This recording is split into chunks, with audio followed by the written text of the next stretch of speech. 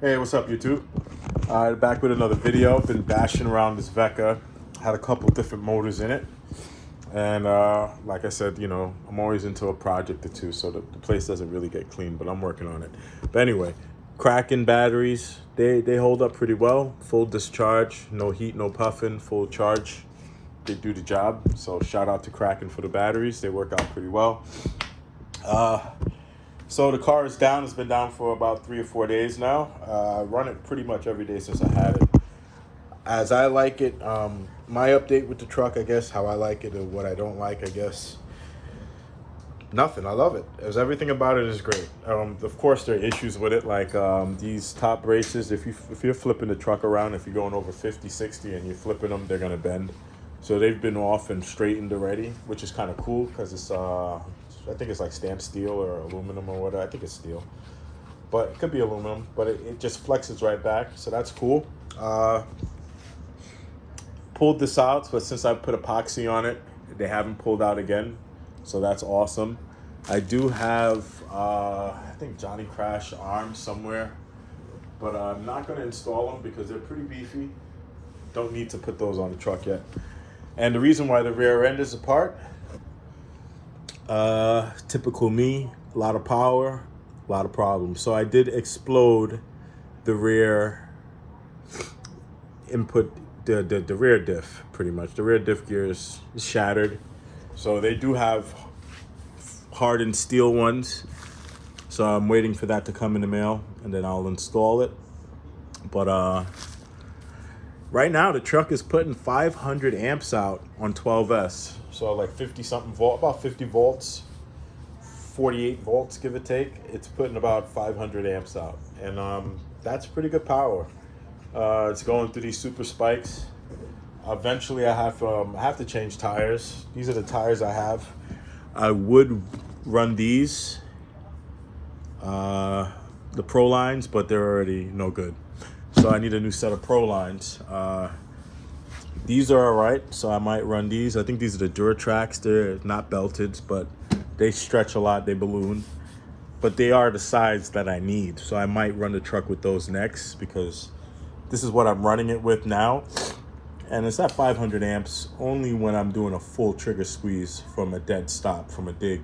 And that's with the spike tires. So this will ease up the amp load, I'm pretty sure, on it. I do have these big stupid tires, but I'm not gonna run those. I still have the MTXL I'm building.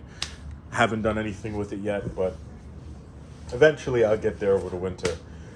The stock tires, I do have these together. I opened them up. I did put a strip of Gorilla Tape on the inserts so they'll last to some speed. So it seems like I do have a couple options of tires to run, so I'm not purchasing any tires anytime soon.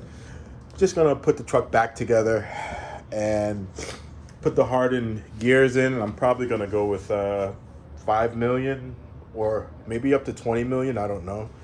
Probably 5 million or 1 million, because when it's locked, you can kind of, it's not the best to have it locked unless what I was feeling was the gear was broken and one side would slip and one side wouldn't because the car was just turning. I have my Super Rockway over there, and I have 20 million front and rear diff on that one, I think, and it's just no good from a dig. At speed, it's great, but from a dig, it's no good. So I like digging with this truck. I need it to dig. I don't want to lock the diff, so maybe $1 million. I'll try $1 million in it, maybe 5 million. $1 million with maybe a dab of 20 million in it. Who knows? Some kind of combo in there just to thicken it up, but I want movement. I do like the movement of the diff. But yeah, that's the update with it. So far, the 1150 kV was a blast on 10S. I blew up a Max 4 with it though. The Max 4, after about 7 minutes, I ended up in some tall grass and I bound up the motor and I gave it a full trigger and the Max 4 exploded on me. So that's my fault. I knew it was running hot, but I just wanted to see what it was capable of. So here's the Max 4. I'm gonna send it in for a warranty repair. Pull the fan off, send it in for warranty repair, see what's going on with it. So I do have another Max 4 off of DBXL over there in the corner. That's sitting there waiting for arms. So I decided to just pull the Max 4 while I wait for that warranty. And when that comes back, I'll throw it back on the DBXL. Also, destroyed my float packs capacitor. That's no good. When it all caught on flames or whatever, it really shorted out the connection. So it melted up also fucked up the battery too. So that was a nightmare. But I had a lot of fun. The truck was beaming. But as you know, amps plus volts times volts equal power. So right now the truck is making more power than it was on 12S than it was on 10S. So I'm happy about that. I'm getting more power out of it. So much so it destroyed the rear diff. So I like the Kraken. Shout out to them. I love it. I'm gonna put it back together, build it. I'll make an update on it. But that's it. Just a quick update video, guys. Also, the rear diff. I'm having a little cold. It's the weirdest thing. But the rear diff, it's pretty freaking cool. I know some of you guys may have seen the video from Kraken, but they changed it completely. So now you have a solid shaft, very heavy duty shaft with this rivet. And on the drive shaft itself, they have this cup that catches that end, so it's no sliding out. So that's good. And the shaft is held by two decent sized bearings. Goes straight through. No adjustment on, I guess you can put plates here if you wanted to adjust this, but I don't think there's any real adjustment. So it just goes straight through. The bearing has its own little cup and it's held in pretty good. So that's actually, it just goes straight through the bearing, right into the diff. You cannot pull the diff out before you pull out the axles. You have to pull the axles out because of the cup that is on the diff. It doesn't allow the diff to come out at all. So that's pretty innovative. No damage to the gears at all. Inside looks good. No fluid, no moisture at all. I have run this truck in wet grass. No moisture has entered, so. And the last thing on this truck, if I can, this was a rear wheel. So I think I did say that, but again, a lot of power coming out of this truck. 500 amps, 12S, this was a rear wheel. Literally spun the plastic, ripped it right off of the wheel.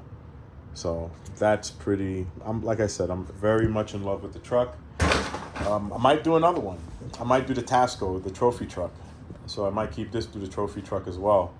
So I do like it. I don't want to buy two of the same trucks if I don't need to, but the trophy truck is pretty cool. And I think it'll handle a little better, more like the Super Baja Ray 2. So that'll be kind of cool to get that going. So that would be probably next year sometime. But maybe they'll release a different axle for the rear of the trophy truck. I'm not sure that they will, but maybe they will. And if they do, that'll be killer. You cannot purchase this axle independently yet. So that's the reason why I'm kind of holding off on just building another Kraken. But like I said, I have other projects to do. And I do want to put the billet chassis on it and the front bulkhead on it. And I just haven't done it yet. So, but like I said, it's pretty cool. Solid steel rings hold everything in there. Aluminum diff case, very beefy, not gonna break. Just the gears are bad, as you can see how the gears broke in there. And shout out to some people that I talked to. I guess there's a forum, there's a Kraken forum. The name forgets me right now, but I've been talking to other people who have purchased this truck. And just through casual conversations, I mentioned what happened to my diff. But I wasn't honestly going to pull it apart because the rear actually was locked, kind of. So I said, let me just run it like that until the new parts came. But I'm happy I just stopped running it, took the truck apart, so I could at least see exactly what broke, why it broke, versus just destroying the whole diff and just putting a new diff in there. Because that's literally what I was going to do. I was going to order a new case, going to order new gears, new cups, and just replace the whole diff. And then have a spare depending on what was wrong with that one. But instead of doing that, I just actually stopped it, repaired it, and see exactly what broke. And I'm happy I did that. So it's called patience, you know. I have other things to do, so I was able to relax and do that and get that going. So also the rear diff case, as you can see, it's pretty beefy. It's integrated into the mount as well, 4 bolts and then the 2 up here, so it's pretty secure. Like I said, love the truck. That's where I'm at with it now. I might change the motor, might not, but for now that's the end of the videos. Just a real brief overlook on the truck. Like I said, I haven't changed anything with it beside the motor, a couple motors. I'm loving this motor. Real quick, before I end the video, I'm running a Spectrum 760 kV motor, 780 kV, I'm sorry, it's a 780 Spectrum. This is the rotor from that motor. It's a brand new motor, pretty much. The rotor's in good shape. But since I know the kind of duty, as you can see, it's has the Castle fan on it, so you can't really see it. But the rotor is pretty good on it. It's not damaged. But what I did do, I had a couple of burnt up Castle 1100, 800, and 11800, right? Yeah, it's only 2.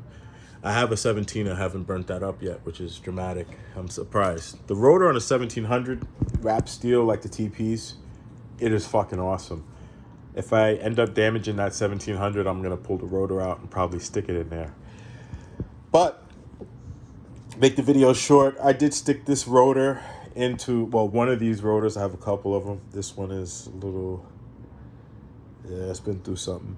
But this one, I did stick that motor into the Spectrum motor, and it seems like it's winding up a little hotter, which is nice. It's giving me a little more RPMs. And it's making a power and hasn't had any problems from heat failures. So I'm gonna stick these tires on it. When the gears come, take it for another 12S rip. See if I can get a good 10 minutes out of the battery at this power level. And then decide if I'm gonna change the motor or not. So that's the end of the video, guys. Shout out to Kraken RC, making a great video. Also, at RC Wallet Vacuum, I ended up putting a Spectrum servo in there, but what I did, I have the billet, it's all billet servo horn, but it's not too tight. But what I ended up did was I put it on the smallest hole, but I have the Spectrum, the fast servo, running it on 6 volts, and I put it on the smallest hole, so it's less torque the servo needs to actually turn it, instead of making the servo horn longer and putting more torque on it. I made it less, and hopefully I set the endpoints all right. It doesn't turn the best, but I think it will ease the load on the servo so it doesn't destroy it. You let me know what you think. But yeah, and also with the 12S batteries, this 2 6S batteries, the weight balance is better on this, I guess. I don't know the fuel tank, but I know for a fact the motor on the gas is a lot heavier than the brushless combo. So with the batteries back, it's almost like 55, 45 front to rear. So that's pretty cool. And you can always change the balance with the tires. So yep, that's it. Nothing else to go over. I think I got everything. I got the speedrun cars. I'll go over that in another video. But that's just the Kraken. So shattered the gears. Waiting for the new gears to come in. Put that all together. Take it out for a beast of a spin, and then try to make a video for you guys to see it running with all Explorer. All right, take care.